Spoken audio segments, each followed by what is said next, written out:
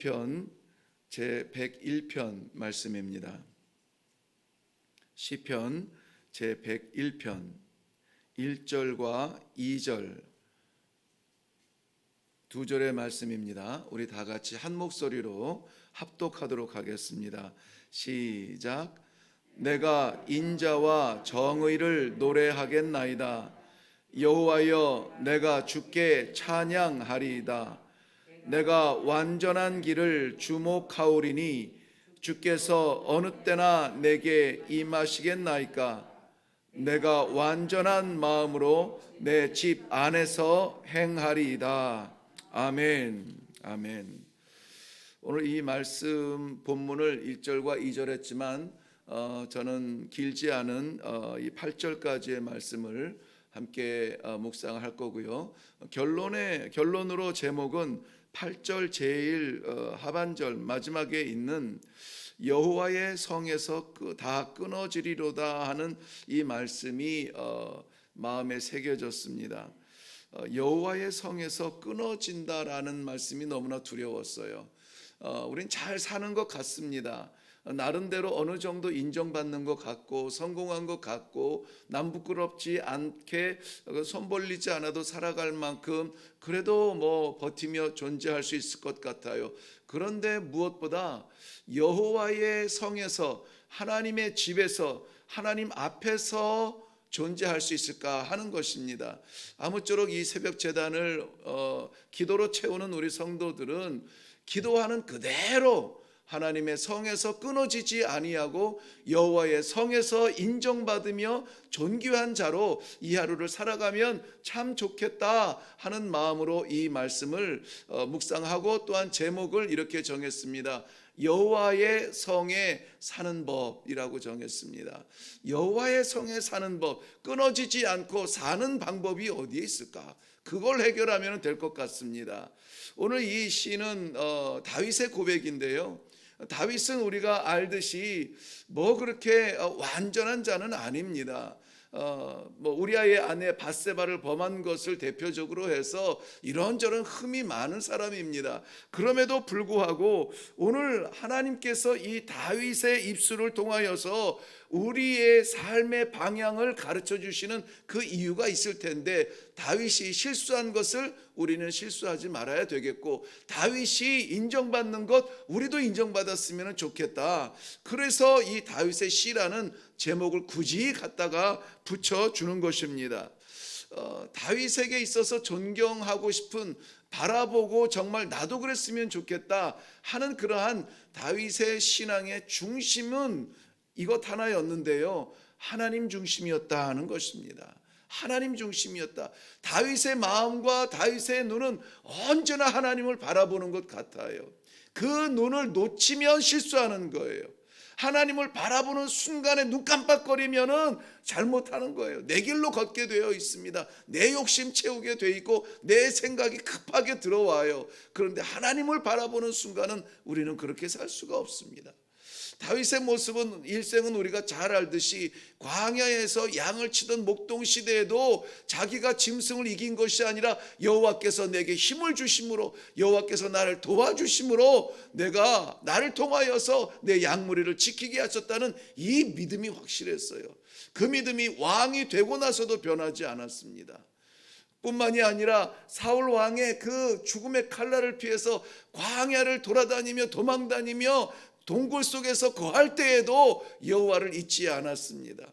오늘 이 본문의 말씀은 이 다윗이 왕이 되고 나서 겨우 이제 헤브론에 있다가 예루살렘으로 들어오게 되는데, 예루살렘에 들어와서도 그 땅을 왕의 자리라고 바라보며 안전하게 마음을 생각하지 못했어요. 늘 뭔가 빠진 것 같았다는 것이죠. 그게 무엇이었습니까?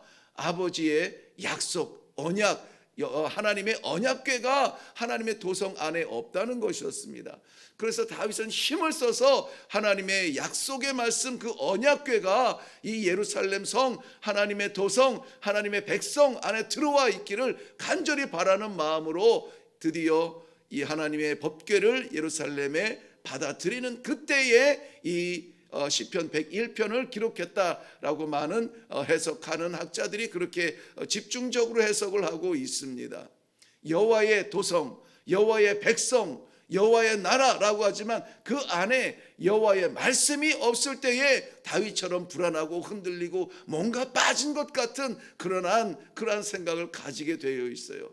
하나님의 사람은 하나님의 말씀이 들릴 때, 하나님의 사람은 하나님의 말씀을 붙들을 때에 드디어 하나님의 통치가 일어나는 그러한 현장을 체험하게 되는 것입니다. 오늘 이 아침에 올라와서도 우리가 얼마나 많은 기도를 하는 것, 그것도 귀한 모습입니다만은, 그러나 순간이라도 한마디라도 단어 하나라도 하나님께서 내 마음에 새겨주시는 그 말씀에 있다면 이 아침에 새벽 기도회는 성공한 자리입니다. 그리고 이 성공이 오늘 우리의 삶의 자리를 정복할 줄로 믿습니다. 하나님께 부름받고 하나님의 백성들을 다스리는 그러한 귀한 임무를 받았음에도 불구하고 다윗의 마음에 허전함을 채운 것은 결국은 무엇이냐? 왕관도 아니고 왕궁도 아니고 좋은 옷도 아니고 좋은 음식도 아니었습니다. 하나님의 말씀이 예루살렘에 들어오는 바로 그날 이 말씀을, 이 시편 101편을 기록했다는 것은 의미가 있습니다. 오늘 우리에게 바로 그날이 되기를 바랍니다. 이 허전하고 불안한 것 같은 이 마음, 코로나는 언제 끊어질 거야? 사람도 제대로 만나지 못하고 이 경제는 왜 이렇게 형편이 없고 무너지고 서로 핑계만 대고 있어? 바라볼 곳이 없고 의지할 곳이 없는 이 시대에 바로 하나님의 말씀이 우리 안에 들어오심으로 말미암아 우리에게 그야말로 다윗이 꿈꿨던 신정 정치, 하나님의 통치가 일어나는 성도의 하루가 되시기를 먼저 주님의 이름으로 축원합니다. 나의 하루가 아버지의 하나님의 하루가 되는 날, 내가 살아가는 삶의 현장이 하나님의 삶의 현장이 되는 날, 바로 그러한 날이 오늘 되기를 바랍니다.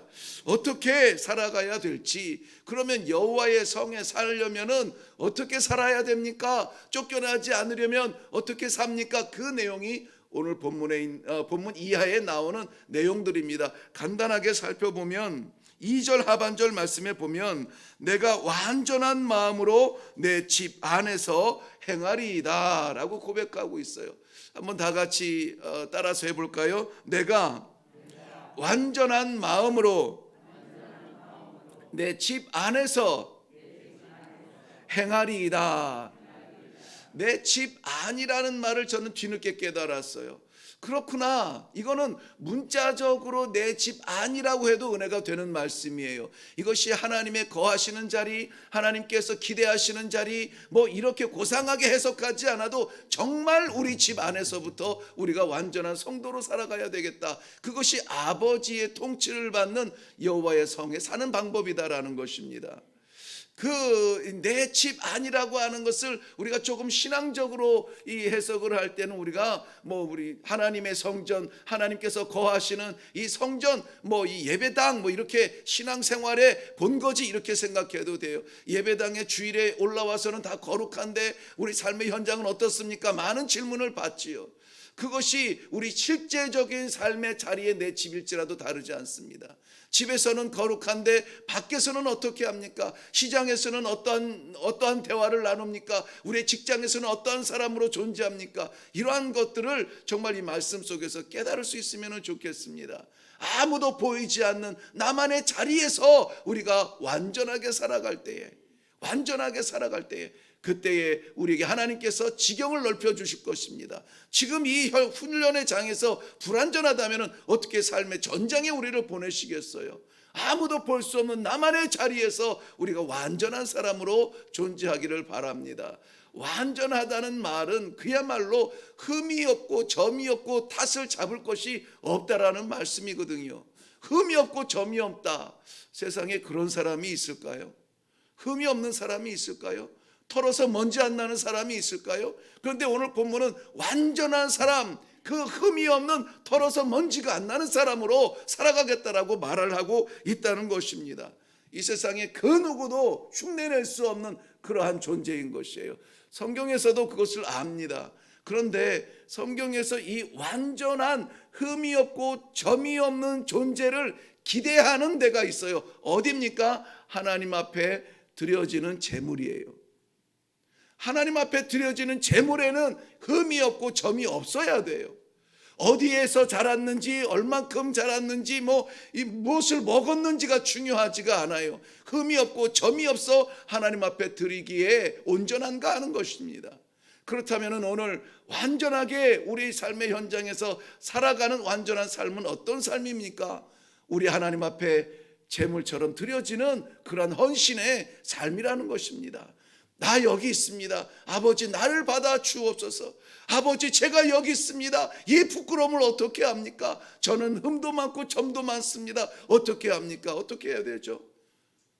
우리로서는 완전할 수가 없습니다. 우리의 모든 흠을 덮어주시고 우리의 모든 점을 가려주시고 우리의 모든 악한 것을 다 갚아주신 그리스도의 보혈에 의지하지 않으면 오늘도 살아갈 수 없음을 고백하는 거예요. 우리 스스로는 완전할 수가 없습니다. 얼마나 우리가 교만한데요, 얼마나 우리가 못됐는데요, 생각하는 것마다 악이라 그랬습니다. 그렇기 때문에 우리는 더욱 내가 강할수록 더욱 우리 그리스도의 보혈, 주의 은혜를 사모하는 삶을 살아야 될 줄로 믿습니다. 이 아침에 우리의 기도의 첫 제목, 나를 가려주시고 나를 덮어주시고 주의 은혜로 나를 세워 주옵소서, 주의 은혜로 나를 보내어 주시옵소서 기도하시기를 바랍니다. 그렇다면 주의 은혜로 살아가는 방법은 무엇일까요? 그 말씀들이 이제 3절 이후부터 나오는데요, 몇 가지만 간단하게 살피고 기도하겠습니다. 3절에 보면은 첫 번째는 비천한 것을 눈앞에 두지 말아야 합니다. 비천한 것이 뭐냐면은 무익한 거예요. 가치 없는 것입니다. 무가치한 말, 무가치한 행동, 이 가치는 누가 정합니까? 하나님께서 정하시는 거예요. 우리가 가치를 정하면 철저하게 우리 중심이 됩니다. 그렇기 때문에 가치가 없다라고 하는 것은 하나님의 말씀에 저울해서 무가치한 것입니다. 그러한 것들을 쫓아다니지 말자는 것입니다. 그러한 말들을 하지 말고 그러한 행동도 하지 말자는 거예요. 그렇다면 어떻게 해야 돼요? 말 한마디, 행동 하나, 하나님은 어떻게 기뻐하실까? 하나님은 어떻게 가치를 두실까를 생각하고 말하고 생각하고 행동하라는 겁니다.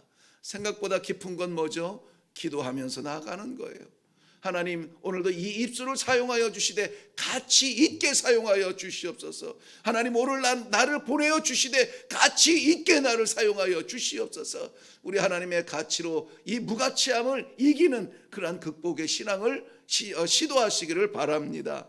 두 번째는 배교자의 행위를 미워해야 한다라고 말했습니다. 배교자라는 말은 어디에서 벗어났다는 말이에요. 벗어났다, 어디에서 벗어났을까요? 하나님의 기대, 하나님의 뜻, 하나님의 말씀에서 벗어났다는 겁니다. 그게 배교자예요. 배신자입니다. 왜? 우리는 하나님께서 그의 생명의 길로 걸어오도록 정하시고 부르시고 우리를 의인이라 성도라 칭해 주시고 그렇게 살으라고 명령을 해 주셨어요. 거기에서 떠나고 거기에서 숨어버리고 거기에서 도망가는 것이 배교자입니다. 우리 배교자의 근성이 우리 안에 없지 않습니다. 그러므로 우리는 이 아침에 기도할 때 이 길 떠나지 아니하도록 내 발에 등이 되시고 내 길에 빛이 되어 주시는 그 말씀 내 마음에 새겨 주시옵소서. 떠날 수 없는 말씀 허락하여 주사 그 길 순종하며 나아가는 이 하루가 되게 하여 주시옵소서. 하나님 앞에 섰는데 충신으로 인정받지 못할 망정 배교자로 우리가 책망받고 쫓겨나지는 않아야 되겠습니다. 하나님의 은혜로 오늘도 충신으로 살아갈 수 있기를 바라요. 4절 말씀에 보면은 사악한 마음이 내게서 떠날 것이라고 말하고 있습니다. 사악한 마음도 배교자와 비슷한데요, 이중적인 마음이에요. 두 마음입니다. 하나님을 믿는다, 성경책을 끼고 있으나 삶 가운데 하나님의 향기가 드러나지 않는 이중적 마음이에요. 계시록에서는 이 미지근하여서 차지도 않고 더웁지도 아니하는 그것을 우리 주님은 토해내시겠다 그랬습니다. 호세아 선지자는 이 두 마음을 품은 것이 곧 죄를 가졌다라고 말을 하고 있어요. 두 마음을 품었으니 곧 죄를 받을 것이라고 분명하게 말했습니다. 그렇기 때문에 사랑하는 성도 여러분, 우리는 그저 늘 이러니 저러니 세상이 어떻게 흘러가도 한 마음, 단마음, 아버지를 향하는 마음, 광야에서도 왕궁에서도 목동에서도 왕의 자리에서도 우리의 신분이 변할지라도 우리의 자리가 변할지라도 늘 한 마음으로 하나님을 사모하는 그러한 심령의 귀한 성도들의 삶이 되기를 바랍니다. 5절 말씀에 아주 중요한 마음이 있는데요, 네 번째는 이웃을 헐뜯지 아니한다. 이웃을 헐뜯지 아니한다. 또 교만한 자를 용납하지 아니한다라고 말하고 있습니다. 우리의 입술이 소근소근되면서 이웃을 헐뜯는데 절대 오늘은 안 해야 됩니다. 절대 하지 말아야 됩니다. 오늘 우리가 아무리 이 마음속에 큰 것을 가지고 있어도 하나님 아버지 앞에 겸손하게 이 하루를 살아갈 수 있길 바라요. 내일 일은 난 몰라요. 오늘만은 그렇게 살아가기를 바랍니다. 그러기 위하여서 6절 말씀의 해법이 뭐냐면은 충성된 자와 함께하며 완전한 길에서 동행하라라고 말하고 있습니다. 믿음의 동지와의 교제를 시도하시기를 바랍니다. 오늘 유익이 있는 그러한 자리일지라도 가능하면 믿음의 사람들을 만나려고 한번 시도해 보세요. 시간을 들이세요. 공을 들이세요. 그러한 계획이 없거든 만들어 보세요. 믿음의 동지, 기도의 동지를 만나서 교제하세요. 그리하여서 하나님의 그 꿈을 함께 나누시고 함께 기도할 수 있기를 바랍니다. 그럴 때 하나님께서 우리의 그 몸부림치는 모습, 살아보려고, 은혜 가운데 살아보려고 애쓰는 그 모습을 보시고 측은히 여기어 주시어서 우리의 모든 흠을 덮어주시고 은혜로 이 하루를 채워 주실 줄로 믿습니다. 꼭 그렇게 사시기 바랍니다. 말씀대로 사시기 바랍니다. 그래야 해서 여호와의 성에 사는 법 그대로 성공하며 하나님 앞에 기쁨 되어드리는 아름다운 이 하루가 되시기를 주님의 이름으로 축원합니다. 기도하겠습니다. 살아계신 아버지, 은혜를 감사합니다. 이 아침에도 주께서 택하시고 부르신 주님의 백성들, 어떻게 하면 여호와의 마음속에 살까, 여호와의 성에서 사는 방법을 말씀을 통하여서 받았습니다. 받은 그대로 작정하며 살아가게 하여 주시옵소서. 삶을 드리는 심령으로 올려드리는 귀한 예물도 우리 하나님 아버지 받아 주시어서 이 예물 가는 곳에 우리 하나님 아버지 생명 살리는 놀라운 역사가 나타나게 하여 주시옵소서. 우리 사랑하는 성도들, 하나님께서 부르신 그 성도의 본질 그대로 거룩한 삶을 살며 은혜의 삶을 살며 하나님 이 땅 위에서 자랑할 만한 삶이 되게 하여 주시옵소서. 하나님 앞에 저희들의 이 하루의 삶을 맡겨드리옵고 예수님의 이름으로 기도하옵나이다. 아멘. 하나님께서 우리에게 기대하시는 것이 있는데요, 은혜 가운데 사는 사람의 삶입니다. 내가 거룩하니 너희도 거룩하라 라고 기대하고 있습니다. 거룩한 것은 이상이 아닙니다. 거룩한 것은 삶이고 증거를 나타내는 것입니다. 오늘의 삶이 하나님의 통치 아래서 하나님의 도성에서 하나님 앞에 살아가듯 거룩한 삶으로 말미암아 우리 하나님 기쁘시게 해드리는 복된 성도로서의 하루를 살아갈 수 있기를 바랍니다. 우리로서는 연약한 점이 많아요. 그렇기 때문에 이 아침에 기도할 때 성령 하나님, 정말 우리가 하나님 말씀 앞에서 살아가는 성도로 살 수 있도록 힘을 주시옵소서. 흔들리지 아니하도록 말씀 중심으로 살아갈 수 있도록 은혜를 베풀어 주시옵소서. 우리 다 같이 주님 한번 외치고 기도하고 힘을 얻고 내려갈 수 있기를 바랍니다.